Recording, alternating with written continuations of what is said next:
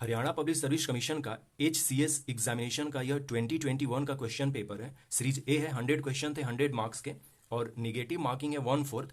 हम लोग question number देखते हैं। क्वेश्चन नंबर फर्स्ट जो है, फर्स्ट का जो आंसर डी हो जाएगा। ऑलरेडी हम लोगों ने पार्ट 1 में क्वेश्चन नंबर 1 से लेकर 30 तक देख लिए हैं डिटेल्स में। अब यहाँ पर केवल इसका आंसर की एक बार देख लेते हैं, उसके बाद क्वेश्चन नंबर 31 से स्टार्ट करते हैं। क्वेश्चन नंबर 2 का विरोधी कवि काजी नजरुल इस्लाम हो जाएंगे, option B correct answer. Question number 3 option D correct answer. Question number 4 option C correct answer. Question number 5 official language of Satavahana age जो है प्रकृत था, option B correct answer. Question number 6 जो है नॉट प्रोटो हरप्पन कल्चर पूछा गया था, सो इसका सही आंसर जो होगा झोप संस्कृति, ऑप्शन डी करेक्ट आंसर हो जाएगा। एम्बेसी टू एम्पेरर फरूक सियार कोट, सो ये जॉन सरमन के नेतृत्व में आया था। क्वेश्चन नंबर 8 जो है इनकरेक्ट पूछा गया है, तो संथाल रिवेलियन बिरसा मुंडा से रिलेटेड नहीं है, संथाल रिवेलियन सिद्धू और कान्हू से रिलेटेड है। और हरार मूवमेंट में ऑप्शन बी करेक्ट आंसर हो जाएगा। इसका जो स्टेटमेंट 4 है यह गलत है। क्वेश्चन नंबर 10 में सूफी संत का जो ऑर्डर है, क्रोनोलॉजिकल ऑर्डर करना है, तो ऑप्शन बी करेक्ट आंसर हो जाएगा। पहले शेख मोइनुद्दीन सिज्जी आएंगे, फिर बाबा फरीद, फिर निजामुद्दीन औलिया और फिर नसीरुद्दीन चिरागे ज़ैली, so option B correct answer question number 10 का। Question number 11 option C correct answer हो जाएगा। Question number 12 option A correct answer होगा। Question number 13 option C correct answer हो जाएगा।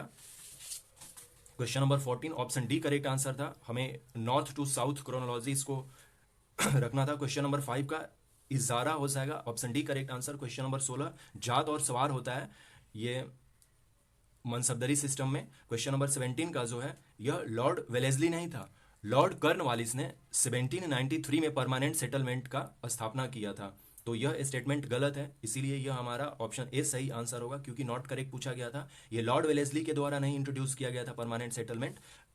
परमानेंट सेटलमेंट जो है कॉर्नवालिस के द्वारा एस्टेब्लिश किया गया था 1793 में। क्वेश्चन नंबर 18 पिट्राजुरा का जो है ऑप्शन बी करेक्ट आंसर हो जाएगा। क्वेश्चन नंबर 19 जो है इसमें भी क्रोनोलॉजी करना था, ऑप्शन बी करेक्ट आंसर होगा। सबसे पहले गोलकनाथ, फिर केशवानंद भारती, फिर इंदिरा गांधी वर्सेस राज नारायण और Minerva mill, option B correct answer. Question number 20 का ऑप्शन ए करेक्ट आंसर हो जाएगा। Question number 21 fundamental duties, option C correct answer होगा। Question number 22 option C France की क्रांति। 23 जो है यह ऑप्शन सी करेक्ट आंसर हो जाएगा, India that is Bharat, India अर्थात भारत, जो आर्टिकल 1 में लिखा गया है। क्वेश्चन नंबर 24 का जो है option B directive principles of state policy होगा। क्वेश्चन नंबर 25 का option A correct answer, article 32 के अकॉर्डिंग सुप्रीम कोर्ट में कोई भी जा सकता है फंडामेंटल राइट को लेकर। क्वेश्चन नंबर 26 में जो है मैचिंग करवाना था, ऑप्शन सी करेक्ट आंसर होगा इसका। Question number 27 option B correct answer होगा, नागालैंड, हरियाणा, सिक्किम और Arunachal Pradesh. Question number 28 option B इसका करेक्ट आंसर है, क्योंकि ये स्टेटमेंट 4 जो है वो गलत है, स्टेटमेंट 4 गलत है, इसलिए इसका सही ऑप्शन बी हो जाएगा। 1, 2 और 3 सही है। Question number 29 option B correct answer होगा, क्योंकि इसमें पूछा गया है नॉट करेक्ट, तो objective resolution of the Indian constitution was led by doctor Bhimrao Ambedkar, नहीं, यह जो है ऑब्जेक्टिव रेजोल्यूशन पंडित जवाहरलाल नेहरू के द्वारा लाया गया था। क्वेश्चन नंबर 30 आर्टिकल 21 के बारे में पूछा गया है, सो इसमें दोनों ऑप्शंस हो सकते हैं, ड्यू प्रोसेस ऑफ लॉ और प्रोसीड्यूर्स एस्टेब्लिश्ड बाय लॉ। ये मेरे अकॉर्डिंग से अभी देखना होगा कि हरियाणा पब्लिक सर्विस कमीशन अपने आंसर की में क्या देता है। मेरे ख्याल से ज़्यादा ड्यू प्रोसेस ऑफ लॉ भी हो सकता है, क्योंकि मैं दोनों पे 50-50 हूँ। नेक्स्ट अब हम लोग क्वेश्चन नंबर 31 से स्टार्ट करते हैं डिटेल्स में।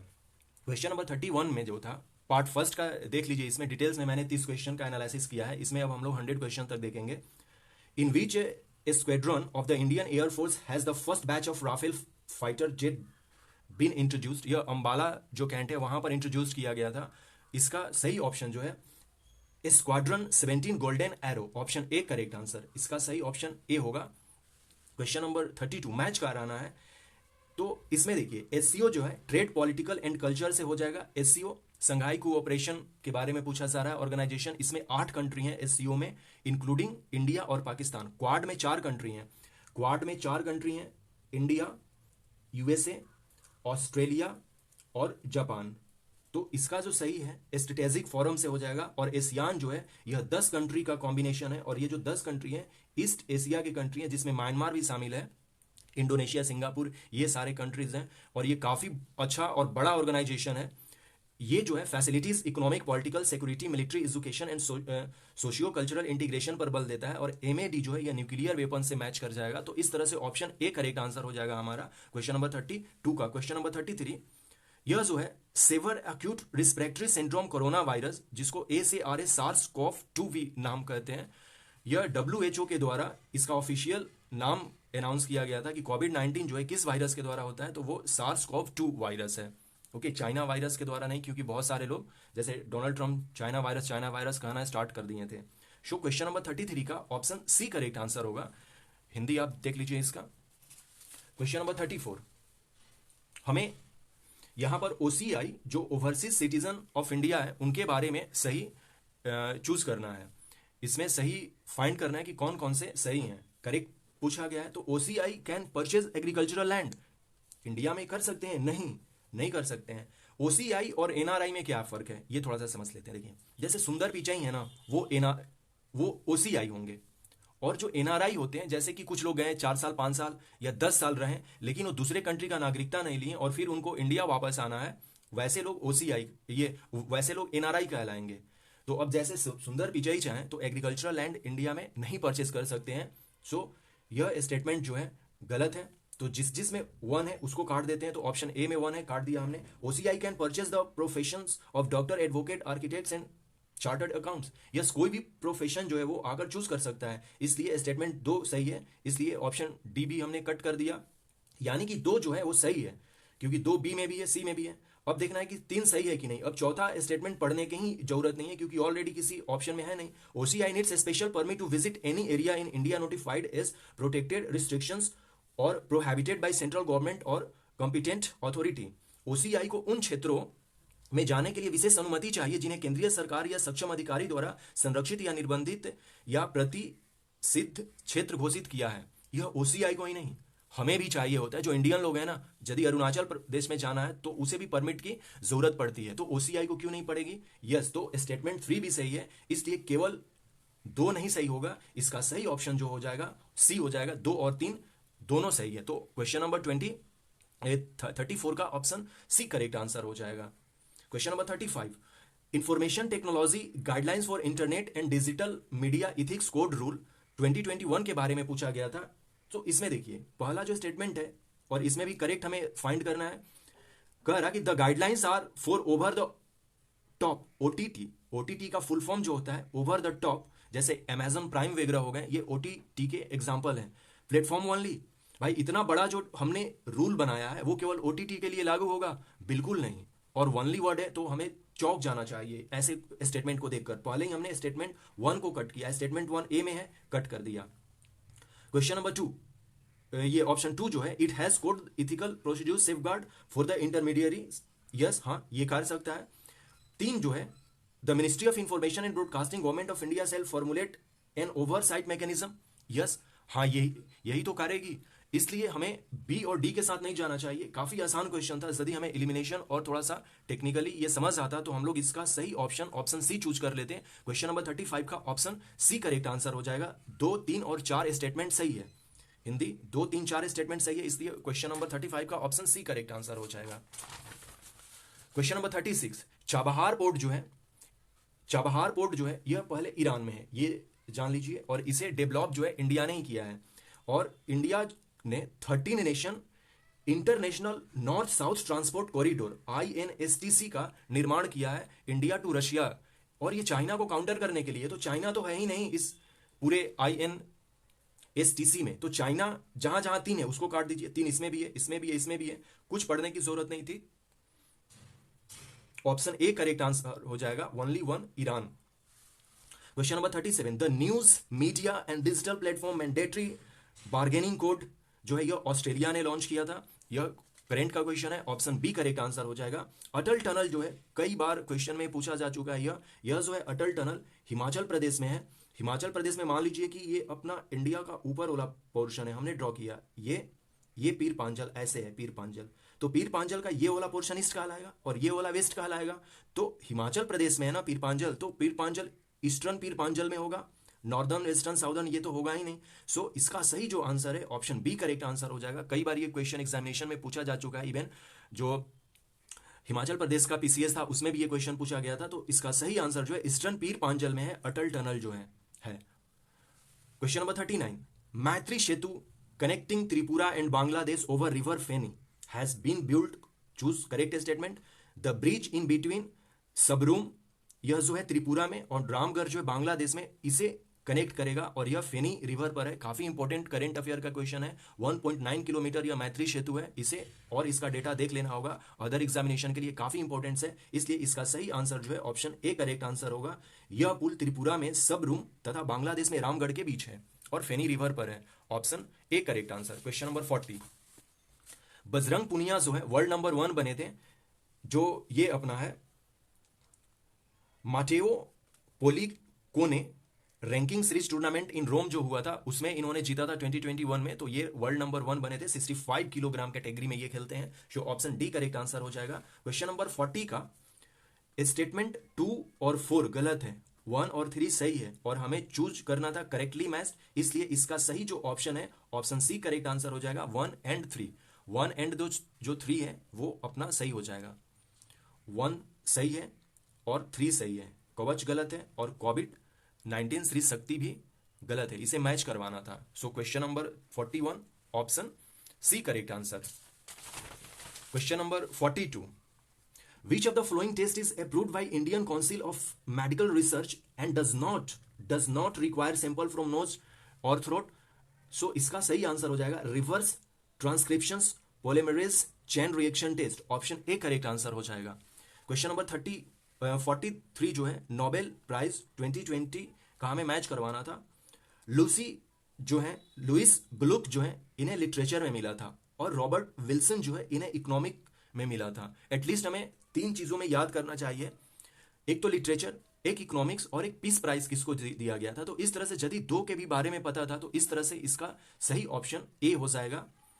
रॉबर्ट विल्सन जो है इकोनॉमिक, रोजर पेनरोज जो है फिजिक्स, जेनिफर डोंडना जो है यह केमिस्ट्री, और ग्लुक जो है लिटरेचर से मैच करते हैं। तो ये क्वेश्चन नंबर 43 का ऑप्शन ए करेक्ट आंसर हो जाएगा। लुइस ग्लुक जो है साहित्य, रॉबर्ट वी विल्सन जो है आर्थिक विज्ञान से रिलेटेड है। इस तरह से ऑप्शन ए करेक्ट आंसर है। क्वेश्चन नंबर 44, गैबोर सेगो प्राइज के बारे में, सेजेगो है, गेबोर सेजेगो पुरस्कार के बारे में हमें क्वेश्चन में करना था। This prize is awarded every year, नहीं, यह हर एक 2 साल में किया जाता है। स्टेटमेंट 2 गलत है, इसमें भी 2 है, इसमें भी 2 है, इसमें भी 2 है, बचा ऑप्शन ए करेक्ट आंसर हो जाएगा। So option A correct answer हो जाएगा। गोबेर सेजेगो पुरस्कार से related option A correct answer होगा। स्टेटमेंट 2 जो है यह पुरस्कार प्रति वर्ष नहीं दिया जाता है, यह हर एक 2 साल में दिया जाता है। So option A correct answer हो जाएगा। इस तरह के भी क्वेश्चन पूछ लिए जाते हैं कभी कभी करंट अफेयर में। Question number 45, justice Madan B Lokur committee was set up to take step 2, यह जो था प्रिवेंट स्टबल बर्निंग यानी कि पराली जो है जलाने से रोकने के लिए यह मदान बी लोकुर जो कमेटी है ये गठन किया गया था। ऑप्शन बी करेक्ट आंसर हो जाएगा। गुड एंड सर्विस टैक्स पूछा गया है क्वेश्चन नंबर 46 में, was introduce as a part of indirect tax. हम लोग जानते हैं कि गुड एंड सर्विसेज जो टैक्स है वो इनडायरेक्ट टैक्स है। इसका स्टेटमेंट 1 गलत है और स्टेटमेंट 2, 3 और 4 सही है, इसलिए ऑप्शन सी करेक्ट आंसर हो जाएगा। GST is applicable on supply of good और सर्विस, यस। स्टेटमेंट 1 कैसे गलत है देखिए, GST is applicable on the manufacture of good और on sale of good on provision of service, नहीं, ये गलत हो जाएगा। So option C correct answer होगा क्वेश्चन नंबर 46 का। नाउ क्वेश्चन नंबर 47 देखते हैं। पीएम कुसुम के बारे में पूछा गया था, यह काफी पहले इंट्रोड्यूस किया था बजट में, और इसकी जो शुरुआत थी वो छत्तीसगढ़ से हुई थी। इसका ऑप्शन सही ए हो जाएगा। Removal of farmer dependence on diesel and kerosene and linking pump set to a solar energy का यूज करने के लिए यह जो था पीएम कुसुम जो था, इवन इंसेंटिव भी दी गई थी फार्मर्स को। सो question number 47 option A correct answer. Question number 48 ये कह रहा है कि the proportion of the total deposit and reserve of the commercial bank to kept with the central bank RBI, which one of following represent this proportion। व्यापारिक बैंकों जैसे SBI है, वह अपना जो पैसा उसको मिलता है वो रिजर्व बैंक में जमा करता है, उसको क्या कहते हैं, नगद को अनुपात कहते हैं, कैश रिजर्व रेशियो कहते हैं। तो कैश रिजर्व रेशियो यानी कि CRR जो है वो आरबीआई में बैंक जो है वो जमा करती हैं। कुछ परसेंट जो होता है, जैसे कि ये लगभग 4% के आसपास ये चलता है सीआरआर, और एसएलआर जो है 20 से 22 के बीच में चलता है। Question number 49, a country is said to be a debt trapped, कोई देश ऋण जाल में फंसा हुआ माना जाएगा तब जब it is required to borrow money to make interest payment on outstanding loans. Okay, option B correct answer हो जाएगा। इसे बकाया ऋण पर ब्याज को चुकाने के लिए उधार लेना होता है, वो जो देश है उसे ऋण जाल में फंसा हुआ माना जाएगा। क्वेश्चन नंबर 49 का ऑप्शन बी करेक्ट आंसर हो जाएगा। क्वेश्चन नंबर 50, रॉयत वारी सिस्टम लैंड एडमिनिस्ट्रेशन के बारे में पूछा गया है। यह साउथ इंडिया और बॉम्बे प्रोविंस में लागू हुआ था मुनरो के द्वारा। मुनरो ने रैयतवारी जो सिस्टम है यह इंट्रोड्यूस किया था मुनरो ने मद्रास एंड बॉम्बे प्रोविंस में, बॉम्बे प्रोविंस में किया था। और इसमें जो था, देखिए ये तो होगा नहीं इसका ऑप्शन, जमींदार टुक रेस्पॉन्सिबिलिटी, ये परमानेंट सेटलमेंट और जमींदारी सिस्टम का कॉन्सेप्ट है। No tax were levied on land owned by farmer, ये तो बिल्कुल भी नहीं होगा कि टैक्स ही नहीं लेगा। बी और सी में फंस रहे थे, तो बी और सी को देखते हैं एक बार। Land owners took the responsibility to pay tax और फार्मर डायरेक्टली, इसमें कहा गया था रैयत का मतलब ही होता है फार्मर या पीसेंट, रैयत का मतलब होता है फार्मर या पीसेंट, इसलिए मेरे ख्याल से ऑप्शन सी इसका सही और बेस्ट आंसर होना चाहिए, यानी कि किसान ब्रिटिश औपनिवेशिक सरकार को भू राजस्व सीधे देते थे, यानी कि वो दे सकता था। ऑप्शन बी से कहीं ज्यादा ऑप्शन सी करेक्ट आंसर लग रहा। सो क्वेश्चन नंबर 50 का मैं ऑप्शन सी करेक्ट आंसर करता। वेट करना होगा कि हरियाणा पब्लिक सर्विस कमीशन क्या कहता है, बी और सी दोनों को कंसीडर करता है या केवल सी को कंसीडर करता है या बी को करता है। मैंने ऑप्शन सी को करेक्ट किया और हमने देखा कि किस बेसिस पर हमने किया। क्वेश्चन नंबर 51 जो है सोली सुराबजी का कमीशन हो जाएंगे। सेंटर स्टेट रिलेशन पूछा गया है कि नहीं है, तो सरकारी कमीशन जो है सरकारी कमीशन जो है यह 1983 में आया था और इसने अपना रिपोर्ट 87 में पब्लिश किया था। रजमनार कमेटी जो है ये भी काफी इंपॉर्टेंट है सेंटर स्टेट को, और पुंछी जो कमीशन है ये तो इसीलिए बिठाया ही गया था। So option C correct answer हो जाएगा। सोली सोराबजी कमीशन जो है वो सेंटर स्टेट रिलेशन से नहीं रिलेटेड है, option C correct answer. Question number 52 जो है कह रहा fundamental right is available only to citizen of India. Fundamental right केवल और केवल इंडियन सिटीजन को अवेलेबल है, वो आर्टिकल है 15, 16, 19, 29 और 30। इस तरह से याद करना होता है हमें, तो ऑप्शन डी करेक्ट आंसर हो जाएगा। यह जो है केवल और केवल भारतीय लोगों को मिली हुई है कि protection of cultural and educational right of minorities article 29। हमारे पास 6 फंडामेंटल राइट्स हैं, 6 फंडामेंटल राइट्स हैं पहला जो है, और फंडामेंटल राइट जो है आर्टिकल 12 से लेके 35 के बीच में लिखा गया है, इक्वालिटी बिफोर लॉ। यह आर्टिकल 14 से 18 के बीच में है। फिर है इक्वल राइट टू फ्रीडम, ये इक्वालिटी बिफोर लॉ तो आर्टिकल 14 में लिखा गया है, ये है फ्रीडम, क्या इसको लिखेंगे, राइट टू इक्वालिटी। पहला जो होगा right to equality, right to equality article 14 से 18 के बीच में हो जाएगा, जिसमें कि आर्टिकल 15 और 16 आएंगे। और फिर है right to freedom, right to freedom हमारा दूसरा है, और यह जो है आर्टिकल 19 से 22 के बीच में है।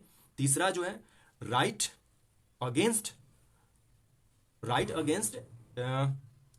आर्टिकल 23 और जो 30 है 24 जो है exploitation, right against exploitation, right to against exploitation, इस तरह से ये है right to against exploitation. Exploitation के विरोध में हमें राइट होना चाहिए कि एक्सप्लॉयटेशन का विरोध करें, जिसमें कि आर्टिकल 23 और 24 लिखे गए हैं।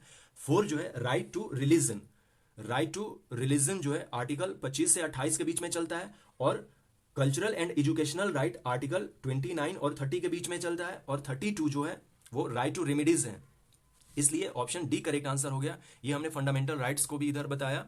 फंडामेंटल राइट्स और डीपीएसपी का आर्टिकल डिटेल्स में आप कर लें। क्वेश्चन नंबर 53, पब्लिक अकाउंट जो है वो इसमें स्टेटमेंट 3 जो है गलत है। यह हर एक साल किया जाता है, 2 साल में नहीं किया जाता है, यह हर एक साल किया जाता है। सो जैसे ही हमने 3 को हटाया वैसे सी और डी बचा, लेकिन द चेयरमैन जो होता है पब्लिक अकाउंट कमेटी का अभी जो है अधीर रंजन है, वो अपोजिशन पार्टी के होते हैं। So option C correct answer इसका होगा। क्वेश्चन नंबर 53 का ऑप्शन सी करेक्ट आंसर होगा कि लोक लेखा समिति 1921 में स्थापित हुई थी। यस, लोक लेखा समिति का अध्यक्ष जो है परंपरा अनुसार मुख्य विपक्षी दल का होता है। हाँ, ये भी सही है, और अभी जो वर्तमान में है वो अधीर रंजन चौधरी हैं जो कि कांग्रेस के हैं।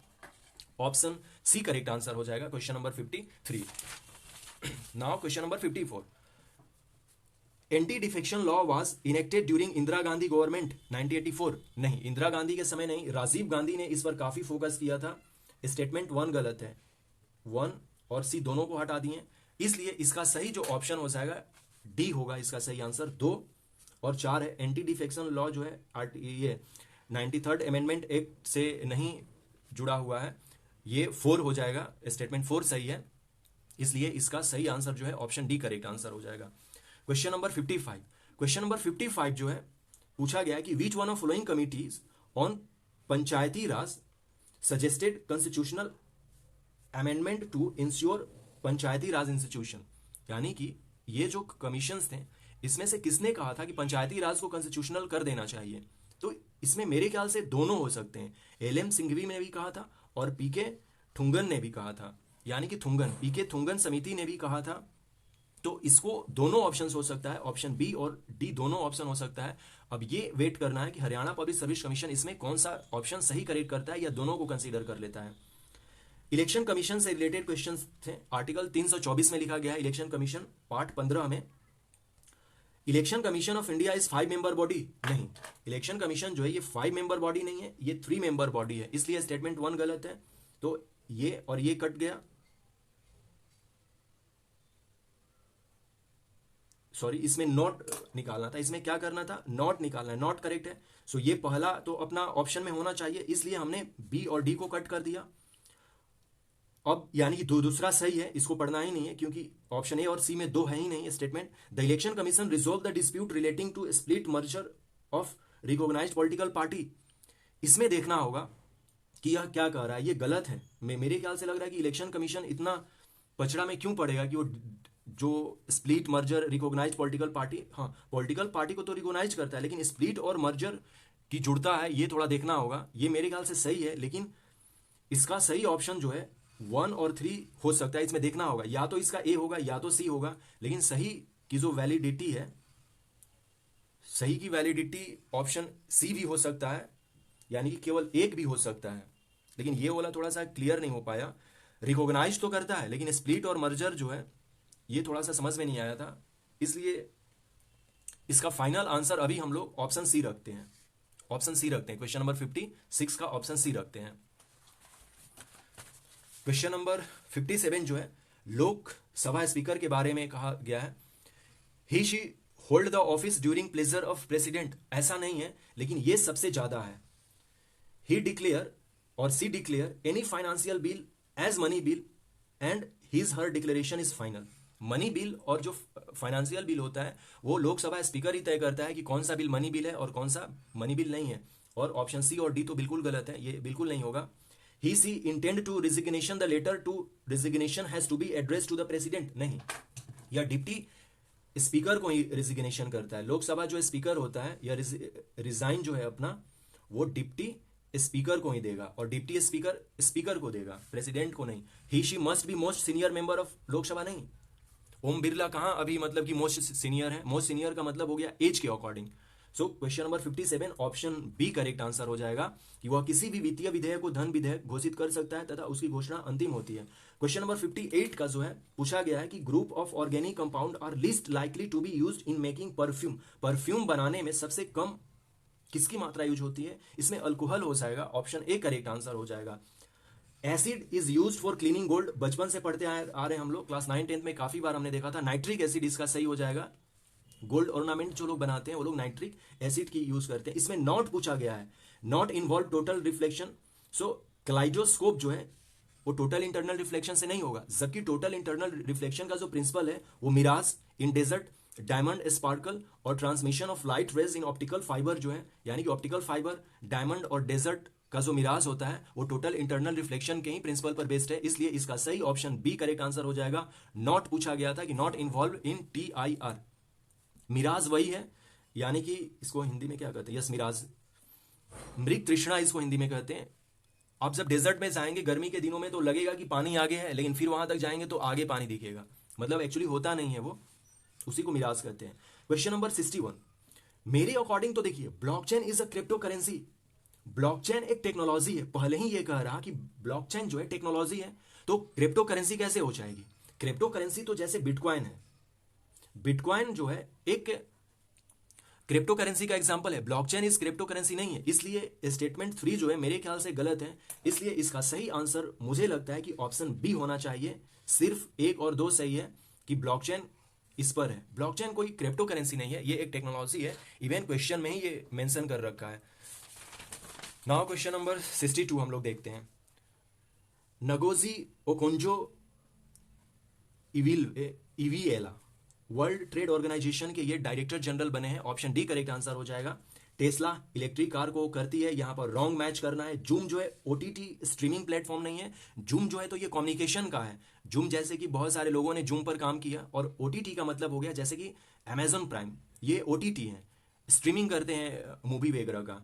बिटकॉइन देखिए यहां पर दे भी रहा कि क्रिप्टो करेंसी है बिटकॉइन, ब्लॉक टेक्नोलॉजी नहीं है। और पोकेमॉन जो गो है या ऑगमेंटेड रियलिटी मोबाइल गेम है, ये तीनों सही है। लेकिन जूम जो है ओटीटी स्ट्रीमिंग प्लेटफॉर्म नहीं है, और ओटीटी स्ट्रीमिंग प्लेटफॉर्म का मैं बार बार कह रहा हूं इस तरह से हमें कर लेना होगा, जैसे अमेजॉन प्राइम वगैरह जो है, यानी कि जो मूवी दिखाते हैं लोग, वो लोग ओटीटी हैं। Question number 64, north east of India located in which state? Fresh water, largest fresh water Manipur, और ये किसी और के बारे में नहीं, ये लोकतक लेक के बारे में पूछा जा रहा है। लोकतक लेक के बारे में पूछा जा रहा है, जो कि फ्लोटिंग लेक है, मणिपुर का काफी फेमस लेक है। Question number 65, in February 2021 NASA rover landed on Mars, perseverance option A correct answer. Indian national Congress के वनली सेशन में महात्मा गांधी प्रेसिडेंट बने थे, वो बेलगाम सेशन 1924 में था, और बेलगाम जो है आज के कर्नाटका में है। और इसके बाद 1925 का जो सेशन हुआ था वो कानपुर में हुआ था, और यहां पर जो थी सरोजनी नायडू बनी थी, सरोजिनी नायडू 1925 में बनी थी। ओके, तो ये अपना सही आंसर हो जाएगा, option B correct answer. Lahore session जो है पंडित नेहरू थे, यानी कि पंडित जवाहरलाल नेहरू थे, और यहीं पर जो हमारा स्वराज जो है यानी कि इंडिपेंडेंस जो है, फर्स्ट इंडिपेंडेंस घोषित यहीं पर पंडित जवाहरलाल नेहरू ने किया था, लाहौर सेशन 1929 वाले में। ऑप्शन बी करेक्ट आंसर हो जाएगा। महात्मा गांधी केवल एक बार इंडियन नेशनल कांग्रेस के प्रेसिडेंट बने थे, और वो था बेलगाम सेशन 1924 का। क्वेश्चन नंबर 67, मैडम कामा जो है यह फर्स्ट थी जिन्होंने झंडा को फहराया था किसी दूसरे कंट्री में, यानी कि फॉरेन सॉइल पर। अरुणा असफ अली जो है काफी फेमस थी, ये 1942 का जो क्विट इंडिया मूवमेंट था उसमें इन्होंने बढ़ चढ़ कर पार्टिसिपेट किया था, और इनका मैच कर जाएगा raise the flag at Gwalior tank maidan in 1942। जैसे अरुणा आसफ अली थी, इनकी दोस्त उषा मेहता थी, ये लोग काफी इन लोगों ने बढ़ चढ़ कर पार्टिसिपेट किया था। तो यदि इस क्वेश्चन का किसी को पता था, मैडम कामा के बारे में सब लोग जानते हैं कि वो फॉरेन सॉइल पर उन्होंने फ्लैग होइस्ट किया था, फ्लैग को फहराया था। तो 2 का जैसे ही किसी ने 4 किया, तो 2 का 4 केवल और केवल ऑप्शन डी में है, ऑप्शन डी करेक्ट आंसर हो जाएगा। और नेक्स्ट आप अदर मैच करवा सकते हैं। Who was the flowing revolutionaries were hanged in the famous Kakori conspiracy? यहां पर देखिए हरियाणा पब्लिक सर्विस कमीशन ने कितने अच्छे वर्ड्स यूज किए हैं। रिवोल्यूशनरीज, यस, ये जितने सारे लोग हैं ना, ये क्रांतिकारी थे, अपने देश को आजाद कराना चाहते थे। इसके बाद से हमें जो मिलिटेंट्स वर्ड्स है ना, वो बिल्कुल यूज नहीं करना चाहिए, और जो बुक्स में है उसे सुधार कर, मतलब कि जो भी अब बुक नए पब्लिश करें वो ये दिमाग में रखिए अपने कि मिलिटेंट्स वर्ड्स नहीं यूज करने हैं आपको। ये रिवोल्यूशनरीज थे, ओके, भारत को आजादी दिलाना चाहते थे। राम प्रसाद बिस्मिल, राजेंद्र लहरी, अशफाक उल्लाह और ठाकुर रोशन सिंह, ये काकोरी कॉन्स्पिरेंसी से रिलेटेड है, इन्होंने ही इसको अंजाम दिया था। और काकोरी जो है यह 9 अगस्त 1925 को हुआ था। भगत सिंह इससे पहले आ गए थे, काकोरी से पहले आ गए थे, चंद्रशेखर आजाद भी थे, लेकिन भगत सिंह को जो है 23 मार्च 1931 को हैंग किया था सुखदेव थापा और राजगुरु के साथ। और चंद्रशेखर आजाद तो खुद को आजाद मानते थे, तो इन्होंने तो खुद को किल ही कर लिया था कि पकड़े जाने से अच्छा है कि खुद को शूट करते हैं इलाहाबाद में। So option B correct answer हो जाएगा। इसमें पूछा गया है कि निम्न क्रांतिकारियों में से किनको प्रसिद्ध काकोरी षड्यंत्र केस में फांसी की सजा दी गई थी? तो राम प्रसाद बिस्मिल को दी गई थी, राजेंद्र लहरी को दी गई थी, अशफाक उल्लाह को दी गई थी, और ठाकुर रोशन सिंह को दी गई थी। ऑप्शन बी करेक्ट आंसर हो जाएगा क्वेश्चन नंबर 68 का। ऑप्शन बी करेक्ट आंसर है। क्वेश्चन नंबर 69, यहां पर पूछा गया है कि प्रार्थना समाज जो है वो ददोबा एंड आत्माराम पांडुरंग के द्वारा स्थापित किया गया था। ये जो है प्रार्थना समाज जो है 1967 में एस्टेब्लिश किया गया था, और एमजी रनाडे जो है शायद मेरे ख्याल से 1867 हो जाएगा ये। और ये एमजी रनाडे, थोड़ा सा इसे मुझे क्लियर करना होगा, यदि 1870 में शायद ज्वाइन किए थे, आप इसको मेंशन कर देंगे यदि इसमें गलती हो रहा है तो। सो एमजी रनाडे जो है फिर इस ऑर्गेनाइजेशन से जुड़े और ये काफी पॉपुलर हुआ। तो ये प्रार्थना समाज के बारे में कहा गया था, प्रार्थना समाज को ही ददोबा एंड आत्मारंग पांडुराम ने किया था। ब्रह्मो समाज की स्थापना जो है 20 अगस्त 1928 को कैलकाटा में राजा राम मोहन रॉय के द्वारा की जाती है। सर्वेंट ऑफ इंडिया सोसाइटी की स्थापना 1905 में गोपाल कृष्ण गोखले के द्वारा की जाती है, और देव समाज जो है अग्निहोत्री के द्वारा की जाती है। ये अलग हो गए। So option C correct answer है। क्वेश्चन नंबर 70 का गलत पूछा गया था कि रॉन्गली मैच्ड कौन है। सो इसका आंसर जो है कदम्बरी हर्षचरित हो जाएगा। कदम्बरी की रचयिता जो है बाणभट्ट ने किया था। मैं इस क्वेश्चन को लेकर कंफ्यूज हो गया था, मुझे पूरे अच्छे से याद था। मुझे लगा कि जो हर्षवर्धन का जो 3 बुक है जिसमें कि नागनाद है, फिर से प्रियदर्शिका है, रत्नावली है, तो मुझे लगा कदम्बरी उसी में है, लेकिन कदम्बरी जो है बाणभट्ट का है, और ये तीनों सही है। जानते हुए भी बुद्ध चरित्र को अश्वघोष मैंने कंसीडर कर लिया था कि ये गलत है, लेकिन बिल्कुल अच्छे से पता था कि बुद्ध चरित्र जो है वो अश्वघोष ने लिखा था। मृषकटिकम जो है शूद्रक ने लिखा है, और रघुवंशम जो है कालिदास ने लिखा है। इसका मैंने जो इंपॉर्टेंट बुक्स है एंशिएंट इंडिया में एक वीडियो भी बनाई है, उसका लिंक मैं दे दूंगा, आप उसको वॉच कर लेंगे। नागर, वेश्रा एंड द्रविड़ जो है यह 3 जो आर्ट है या स्टाइल है टेम्पल आर्किटेक्चर के इंडिया के, वो नागर, वेश्रा एंड द्रविड़। नागर जो है यह नॉर्थ इंडिया में हो जाएंगे, वेश्रा जो है मिडिल इंडिया में। जैसे हम इंडिया का ये एक मैप बनाए कुछ इस तरह से, ये जो है ये वाला पोर्शन नागरा स्टाइल में कहलाएगा, ये वाला जो पोर्शन है ये वेसरा कहलाएगा, और ये वाला जो साउथ वाला पोर्शन है ये द्रविड़ कहलाएगा। सो ये इस तरह से इसका आंसर है, option C correct answer. Match कराना था। बेल्ट ऑफ काम जो है, यानी कि बेल्ट ऑफ काम यानी कि जहां पर कुछ हलचल नहीं होती है, वो डोल्ड्रम कहलाता है। यानी कि इक्वेटर वाला पोर्शन जो है, इक्वेटर का जो पोर्शन है ये इक्वेटर है, तो 0 डिग्री इसका वैल्यू है, तो 5 ऊपर चले जाइए, 5 नीचे चले जाइए। ऊपर जाते हैं तो नॉर्थ होता है, नीचे आते हैं तो साउथ होता है। तो यदि एक भी पता था तो देखिए 1 में 3 कहाँ है, इसमें नहीं है, इसमें नहीं है, इसमें नहीं है, ऑप्शन सी में। यदि एक भी इसमें पता रहता तो हम लोग ऑप्शन सी जो है सही आंसर पहुंच जाते, करेक्ट आंसर। क्वेश्चन नंबर 72 का ऑप्शन सी करेक्ट आंसर हो जाएगा। बेल्ट ऑफ काम जो है वो डोल्ड्रम कहलाता है, और डोल्ड्रम जो है इक्वेटर को ही कहते हैं। क्वेश्चन नंबर 73, नीलगिरी जो है यह नीलगिरी में दोदा बेटा है, मैच कराना था। अरावली जो है यह अरावली में माउंट आबू है। उसी तरह से सातपुड़ा में जो है काफी सिंपल सा है, धूपगढ़ है। सातपुड़ा जो है वो धूपगढ़ है, इसलिए इसका जो मैचिंग होगा ऑप्शन सी करेक्ट आंसर हो जाएगा। इसमें यदि कोई नीलगिरी जानता था तो दोदा बेटा जैसे ही आपने 4 कंसीडर किया, और दोदा बेटा हम लोग जानते हैं कि सेकेंड हाईएस्ट है साउथ इंडिया की। देखिए यहां पर सॉरी दिख नहीं रहा था उस समय। 73 का दोदा बेटा, यानी कि 1 के साथ 4 मैच करना चाहिए, 3 है, 1 है, 3 है, 4 सी के साथ मैच कर रहा, तो बेहिचक हम लोग ऑप्शन सी को कंसीडर कर लेते हैं इसका सही आंसर।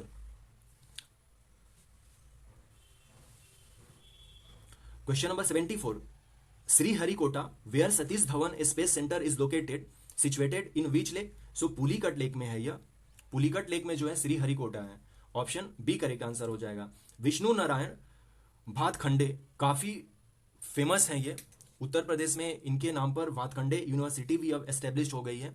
यह महाराष्ट्र से हैं, लेकिन यह मराठी थिएटर को नहीं कंसीडर करेंगे। मुझे पता था, मैंने इनके बारे में पढ़ा था, लेकिन यह इन्होंने हिंदुस्तानी क्लासिकल म्यूजिक पर ज्यादा सपोर्ट किया था। तो इसका सही answer option A correct answer हो जाएगा। मराठी थिएटर से रिलेटेड नहीं होगा। अब वेट करना होगा कि जिन लोगों ने ए और बी में से दोनों लगाया है, जैसे बी किसी ने लगाया है, तो अब ये वेट करना होगा कि क्या हरियाणा पब्लिक सर्विस कमीशन ए और बी दोनों को कंसीडर कर रहा, नहीं तो इसका सही आंसर जो है हिंदुस्तानी शास्त्रीय संगीत होगा। यदि एक इसमें से चूज करना हो तो ऑप्शन ए करेक्ट आंसर हो जाएगा।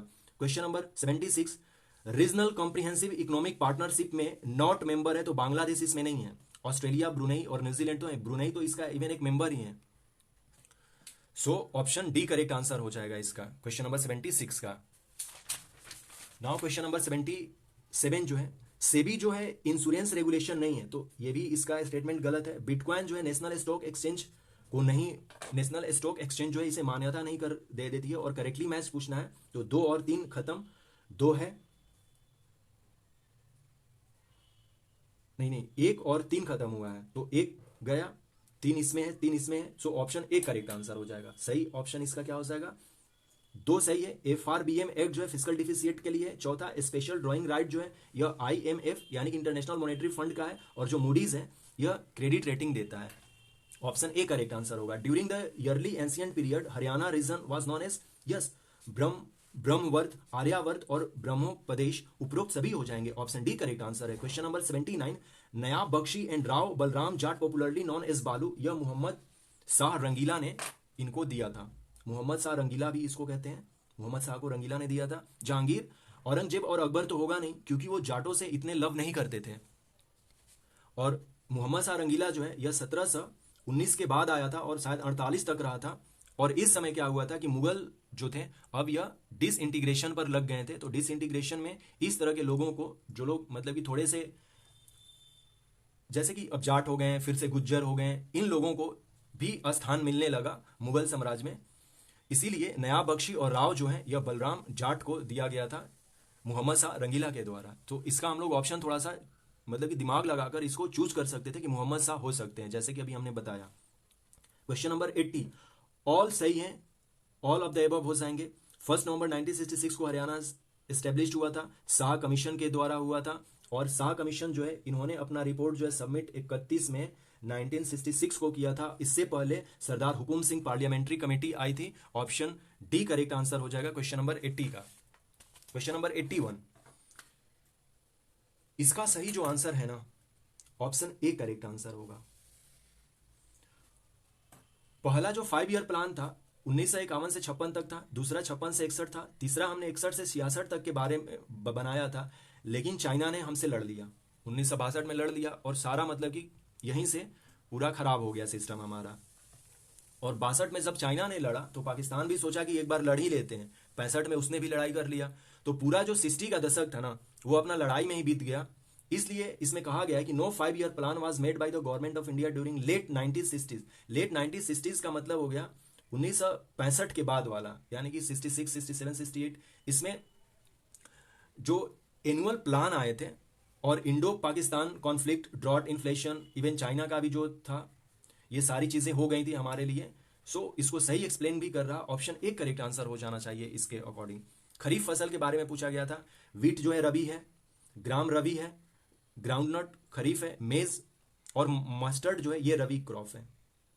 ये रबी क्रॉप है, इसको ऐसे भी लिखते हैं RABI, रबी क्रॉप है, या इसको बी भी कहीं कहीं लिखा जाता है, रबी क्रॉप है वीट। तो सिंपल सी बात है, क्रॉप के बारे में पूछा गया है और खरीफ क्रॉप तो पैडी, ग्राउंडनट और मेज, ये जो 3 है यह खरीफ फसल है। ऑप्शन बी करेक्ट आंसर हो जाएगा। Which compound conventionally use for white washing building, इसमें जो है कास्टिक चूना कहते हैं इसका रासायनिक, कास्टिक चूना यानी कि स्लैग लाइन जो है इसका केमिकल फॉर्मूला CaOH2 है, CaOH2 है। हाँ यस, ये और स्टेटमेंट 4 नो 4 सही है। पोर्टलैंड सीमेंट में it produce when calcium carbide react, yes ये सही है। इसका ऑप्शन डी करेक्ट नहीं होगा, इसका ऑप्शन ए करेक्ट आंसर होगा। It obtain tracing quick lime with water, option A correct answer होगा। क्वेश्चन नंबर 83 का जो है ऑप्शन ए करेक्ट आंसर होगा। स्टेटमेंट 3 गलत है। पोर्टलैंड सीमेंट बनाने में हम लोग यूज नहीं करते हैं इसका। पोर्टलैंड सीमेंट जो है फ्लाई एस यूज करते हैं पोर्टलैंड सीमेंट बनाने के लिए। फ्लाई एस जो है FLYASH, फ्लाई एस जो है पोर्टलैंड सीमेंट बनाने के लिए करते हैं। स्टेटमेंट 3 गलत है, इसलिए ऑप्शन ए करेक्ट आंसर होगा। क्वेश्चन नंबर 83 का जो है ना ऑप्शन ए करेक्ट आंसर होगा। सिर्फ 1 और 4 सही है। क्वेश्चन नंबर 84 देखते हैं। वॉशिंग सोडा जो है इसका जो फॉर्मूला है Na2CO3 होता है। सॉरी, वॉशिंग सोडा जो है इसका फॉर्मूला जो है Na2CO3 होता है और इसका पीएच जो है 11 से 12 होता है, यानी कि यह जो बेसिक है, एसिडिक नहीं है, बेसिक है। सो इसका जो है इसमें पूछा क्या गया है हमें करेक्ट निकालना है। It is use for rising of cake while baking, यह बेकिंग में केक को फुलाने में काम आता है नहीं। सो स्टेटमेंट 3 गलत है, तो बचा इसका ऑप्शन बी करेक्ट आंसर। क्या हो जाएगा इसका सही आंसर? बी करेक्ट आंसर होगा, क्योंकि दो सही है। It's chemical name is sodium carbonate, sodium carbonate, और इसका पीएच वैल्यू जो होता है मोर देन 7 होता है। अभी जस्ट हम लोगों ने देखा कि 11 से 12 होता है। So question number 84 option B correct answer हो जाएगा। Question number 85 all of the above हो जाएंगे। पीएच लेस देन 7 पूछा जा रहा है, यानी कि एसिडिक किसमें होते हैं? आमाशय रस जो है ना, इसका जो पीएच वैल्यू होता है 1.5 से 3.5 के आसपास होता है। सेब का रस 3.5 से लेकर 4 के बीच में होता है। कॉफी का जो होता है 4.8 से 5 के बीच में होता है। और टी का जो वैल्यू होता है 4.9 से 5.5 होता है। और कार की बैटरी का तो बहुत ज्यादा, यानी कि तो पूरा एसिडिक ही 0.7 में होता है। इसलिए जो सारे हैं, गैस्ट्रिक जूस है, कॉफी है, एप्पल जूस है, liquid in the car battery, ये सारे का जो पीएच वैल्यू है वो लेस देन 7 होता है और ये एसिडिक है। इसलिए इसका सही ऑप्शन डी हो जाएगा। Option D correct answer. Question number 86 best electric conductor पूछा गया है। Best, so no doubt silver, कई बार हम लोग पढ़ चुके हैं। अदर भी हैं लोग, कॉपर भी है, लेकिन बेस्ट पूछा गया तो इसका सही ऑप्शन सिल्वर हो जाएगा। ऑप्शन डी करेक्ट आंसर, कोई कंफ्यूजन ही नहीं था। क्वेश्चन नंबर 87 का जो है सोनार के बारे में पूछा गया है, और सोनार का जो फुल फॉर्म होता है sound navigation and ranging. Option B correct answer हो जाएगा। क्वेश्चन नंबर 88 यदि हमें यह पता होता, देखिए छोटी माता में कह रहा लाल दाने या चकते, और यहां पर केवल कह रहा त्वचा पर चकते, त्वचा पर चकते। लेकिन छोटी माता जो है हम सब लोगों को बचपन में हुआ है या अभी भी देखते हैं, लाल दाना आता है और चकता तो होता ही है, लेकिन इसमें लाल दाने के बारे में नहीं कहा जा रहा है, और किसी और में लाल दाना कहीं भी नहीं लिखा गया है। और छोटी माता में भी बुखार होता है, सर दर्द करेगा, सब कुछ होगा, लेकिन ये जो इसका जो पकड़ने का था, यदि इसको एक एक करके करते तो नहीं होता, लेकिन छोटी माता लाल दाना से रिलेटेड है तो 4 का हमने सी मैच कराया। अब देखते हैं कि 4 में सी कहां है। इसमें नहीं है, इसमें नहीं है, इसमें नहीं है। आंख बंद करके हमें ऑप्शन बी करेक्ट आंसर कर लेना चाहिए था, और इसका जो सही आंसर हो जाएगा ऑप्शन बी करेक्ट आंसर हो जाएगा, क्योंकि 4 के साथ सी केवल और केवल एक ही से मिल रहा है। और यह जो है हमें टाइफाइड फीवर, कॉलेरा, ट्यूबरकुलोसिस के बारे में जानने से नहीं पता चला, हमने ये अपना कॉमन सेंस यूज किया, जो हम लोगों ने देखा है जनरल लाइफ में, उसके बेसिस पर हमने ऑप्शन बी सही चूज, ऑप्शन बी जो है इसका सही चूज कर लिया। क्वेश्चन नंबर 88 का जो है क्वेश्चन का आंसर बी सही आंसर होगा, और फिर कोई मिलाने की जरूरत ही नहीं है, आप पढ़ लीजिए। इस तरह से हम लोग ऑप्शन इलिमिनेट करते हैं, और खासकर मैचिंग करने वाले क्वेश्चन में। क्वेश्चन नंबर 88 का ऑप्शन बी करेक्ट आंसर हो जाएगा। Question number 89 plastic bag are a potential hazard to the environment, which of the following option is correctly describe. वैसे सब कुछ है, लेकिन दे आर नॉन डिग्रेडेबल, ये इसका सही आंसर होगा। ये नॉन बायोडिग्रेडेबल है, ये डिग्रेडेड नहीं होते हैं, जिसके चलते कि ये काफी हानिकारक है इन्वायरमेंट के लिए। ऑप्शन डी करेक्ट आंसर हो जाएगा। A patient suffering from stomach pain and indigestion was advised by doctor to take probiotic. Probiotic के बारे में पूछा जा रहा है कि पेट दर्द तथा अपचय के एक मरीज को चिकित्सक प्रोबायोटिक लेने की सलाह देता है। प्रोबायोटिक कैसे मदद करता है, उसे क्यों कहता है कि डॉक्टर आप प्रोबायोटिक ले लो? तो देखिए हमारे पेट में या शरीर में 2 तरह के बैक्टीरिया होते हैं, एक हानिकारक होते हैं और एक लाभदायक होते हैं। तो जो लाभदायक बैक्टीरिया हैं उनका संख्या बढ़ाने में ऑप्शन सी करेक्ट आंसर हो जाएगा। Provide the beneficial bacteria for healthy digestion, option C correct answer हो जाएगा। Real time PCR test for COVID के लिए मेरे ख्याल से ऑप्शन सी करेक्ट आंसर हो जाना चाहिए। RNA of virus. नुब्रा जो वैली है ना, यह काराकोरम और लद्दाख के बीच में है, और नुब्रा वैली से ही रिवर सियोक और नुब्रा रिवर दोनों फ्लो करती हैं, और नुब्रा वैली में ही सियोक रिवर और नुब्रा रिवर आकर मिलती भी हैं एक दूसरे से। सो नुब्रा वैली जो है कहाँ है? काराकोरम एंड लद्दाख से। कई क्वेश्चन लद्दाख से पूछे गए हैं अभी तक हम लोगों ने देखा, और किस फॉर्म में पूछे गए हैं ये भी हम लोगों ने देखा। इवन एक यहाँ पर जो है लैंड जो पूछा गया है, डिप्सांग प्लेन, यह अक्साई चीन वाला जो पार्ट है वहां पर डिप्सांग प्लेन मिलता है। देखिए अभी इंडिया और चाइना के बारे में काफी टक्कर थे, इसलिए लद्दाख को लेकर बहुत सारे इवन जियोग्राफी से लेकर पॉलिटिक, इकोनॉमिक्स तक क्वेश्चन पूछे गए हैं, और ये सब तो जियोग्राफी के हो गए। जैसे कि नुब्रा वैली हो गया, लद्दाख और काराकोरम में है, क्योंकि सबसे पहले काराकोरम रेंज आएगा, उसके बाद लद्दाख आता है, फिर जस्कर आता है, फिर पांजल। इस तरह से नॉर्थ टू साउथ वाला भी हम लोगों को सजाने आना चाहिए। ये है काराकोरम, ये है लद्दाख, फिर है जस्कर, और फिर है पीर पांजल, नॉर्थ टू साउथ। देस्पांग प्लेन जो है अक्साई चीन में मिलता है, और यह हाई एल्टीट्यूड है। तो अब उसको इमेजिन कीजिए, वहां पर डेंस कॉनिफेरस फॉरेस्ट होता है नहीं। 3 सही है, इसका सही ऑप्शन जो हो जाएगा क्वेश्चन नंबर 93 का ऑप्शन बी करेक्ट आंसर हो जाएगा। देपसांग प्लेन के बारे में। झूमिंग भी यदि हमें आती थी, क्योंकि झूमिंग जो है सबसे फेमस है, नॉर्थ ईस्टर्न इंडिया में किया जाता है। वनकासी, वनकासी किसके साथ है? ए है नहीं होगा, बी है नहीं होगा, डी है नहीं होगा, मार पीट कर सही ऑप्शन क्या हो जाएगा? ऑप्शन बी करेक्ट आंसर होगा। और के बारे में हमें जानना ही नहीं था। वैसे हमें याद रखना चाहिए, खिल जो होता है वो हिमालयन रीजन में होता है, ब्रिंगा जो होता है उड़ीसा में होता है, और भालरे जो है साउथ ईस्टर्न राजस्थान में होता है। सो क्वेश्चन नंबर 94 का ऑप्शन बी जो है यह शिफ्टिंग एग्रीकल्चर से पूछा गया है, जिसे स्लैश। क्वेश्चन नंबर 94 देखते हैं। इसमें पूछा गया है झूमिंग। झूमिंग जो कल्टीवेशन है वो नॉर्थ ईस्टर्न रीजन में किया जाता है। एक्चुअली झूमिंग जो है वो स्लैश एंड बर्न एग्रीकल्चर को कहते हैं नॉर्थ ईस्ट में। यदि हमें ये पता होता कि नॉर्थ ईस्टर्न पार्ट में झूमिंग कहते हैं, यानी कि 1 का सी मैच करना चाहिए। ऑप्शन ए में नहीं है, इसमें भी नहीं है, इसमें भी नहीं है, ऑप्शन बी में केवल है। तो यदि हमें और भी नहीं पता रहता तो हमने ऑप्शन बी को करेक्ट आंसर कर लेते इस तरह से। लेकिन यह जानना जरूरी होता है, जैसे खिल जो है हिमालयन बेल्ट में किया जाता है, ब्रिंगा जो है उड़ीसा में किया जाता है, वालरे जो है साउथ ईस्टर्न राजस्थान में किया जाता है। इस तरह से क्वेश्चन नंबर 94 का ऑप्शन बी करेक्ट आंसर हो जाएगा। मैंने ऑलरेडी एक वीडियो जो है स्थानांतरित कृषि पर बना रखा है, शिफ्टिंग एग्रीकल्चर पर, आप उस वीडियो को वॉच कर सकते हैं। क्वेश्चन नंबर 94 का ऑप्शन बी करेक्ट आंसर हो जाएगा सही। क्वेश्चन नंबर 95 काफी अच्छा क्वेश्चन है यह, हमें इसको करना है। देखिए पहले क्वेश्चन को पढ़ते हैं।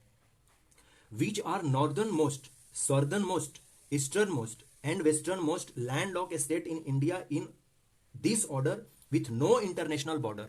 नो इंटरनेशनल बॉर्डर से सबसे पहले क्या करते हैं कि एक इंडिया का मैप बनाते हैं। इंडिया का मैप बनाने के बाद हमारा नॉर्थ, साउथ, ईस्ट और वेस्ट हो गया। कह रहा है कि यह इंटरनेशनल बॉर्डर से नहीं होना चाहिए। गुजरात इंटरनेशनल बॉर्डर से टच होता है, ऑप्शन काट दिया हमने। हरियाणा, आंध्र प्रदेश, असम, असम बांग्लादेश से टच होता है, हमने ऑप्शन काट दिया। हिमाचल प्रदेश, हिमाचल प्रदेश चाइना से टच होता है, ये भी ऑप्शन काट दिया। तीनों ऑप्शन काट दिया हम लोगों ने। रेस्ट बचा क्या? अब हमें पढ़ना ही नहीं है। हरियाणा, तेलंगाना, झारखंड और मध्य प्रदेश। हरियाणा अपना यहां पर किसी से नहीं टच करता है, तेलंगाना किसी से टच नहीं करता है, झारखंड यहां है किसी से नहीं टच करता है, और फिर मध्य प्रदेश ये किसी टच नहीं करता है। तो सबसे जो नॉर्थ में हो गया वो अपना हरियाणा, साउथ में हो गया तेलंगाना, ईस्टर्न मोस्ट में झारखंड और वेस्टर्न मोस्ट में ये मध्य प्रदेश।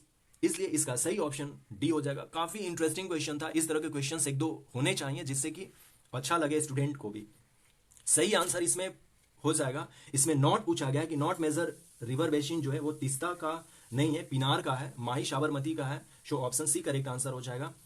अबाउट झेलम रिवर के बारे में पूछा गया है, और फ्लूवियल लैंडलॉक के बारे में, ये लैंडफॉर्म के बारे में पूछा गया। फ्लूवियल लैंडफॉर्म का मतलब हो गया, फ्लूवियल का मतलब रिवर होता है, फ्लूवियल का मतलब रिवर होता है, यानी कि रिवर से जो लैंडफॉर्म बने हैं उनके बारे में।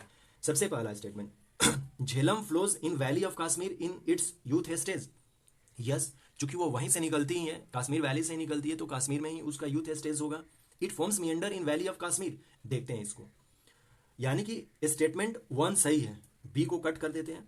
मिएंडर is a typical feature associated with the youth stage in the evolution of fluvial landform. Youth stage नहीं, देखिए रिवर का 3 स्टेज होता है, एक यूथ या यंग स्टेज, एक होता है मैच्योर और एक होता है ओल्ड स्टेज। तो मैच्योर स्टेज में मिएंडर्स बनती हैं। तो ऑप्शन स्टेटमेंट 3 कट करते हैं। स्टेटमेंट 3 यहां है, meander is a typical feature associated with the mature stage in the evolution of fluvial landform. Yes, ये सही है। इसलिए इसका सही आंसर मेरे ख्याल से ऑप्शन डी करेक्ट आंसर हो जाना चाहिए। 1 to 4 जो है इसका सही होना चाहिए। क्वेश्चन नंबर 97 का ऑप्शन डी करेक्ट आंसर हो जाएगा। Question number 98, Gandhara school of art, Bamiyan Buddha जो है, बिना मतलब की हिचकिचाए हम लोग इसको कर सकते हैं। ऑप्शन ए करेक्ट आंसर हो जाएगा। चिकन करी जो है लखनऊ में काफी फेमस है, कलम करी जो है आंध्र प्रदेश में है, इसलिए इसका सही ऑप्शन जो है ऑप्शन बी करेक्ट आंसर हो जाएगा। और कांथा जो है वो बंगाल से रिलेटेड है, और कसूटी जो है यह कर्नाटका से है। So option B correct answer हो जाएगा। 99 का डांस और स्टेट पूछा गया था। भरतनाट्यम जो है काफी फेमस है तमिलनाडु का, कथक जो है उत्तर प्रदेश का है, कुचिपुड़ी जो है कुचिपुड़ी आंध्र प्रदेश, और Mohiniyattam Kerala. So option C correct answer इसके सही आंसर हो जाएंगे। तो इस तरह से अपने 100 क्वेश्चंस रहे, हम लोगों ने डिटेल्स में देखा। हो सकता है कि इसमें 3-4 क्वेश्चन ऐसे हों, क्योंकि ये पॉसिबिलिटी रहती है कि गलत हमने बताया हो, लेकिन हमें वेट करना चाहिए हरियाणा पब्लिक सर्विस कमीशन का फाइनल आंसर की का, कि वो किस क्वेश्चंस का आंसर सही करके अपना रिजल्ट देते हैं। So thanks and take care.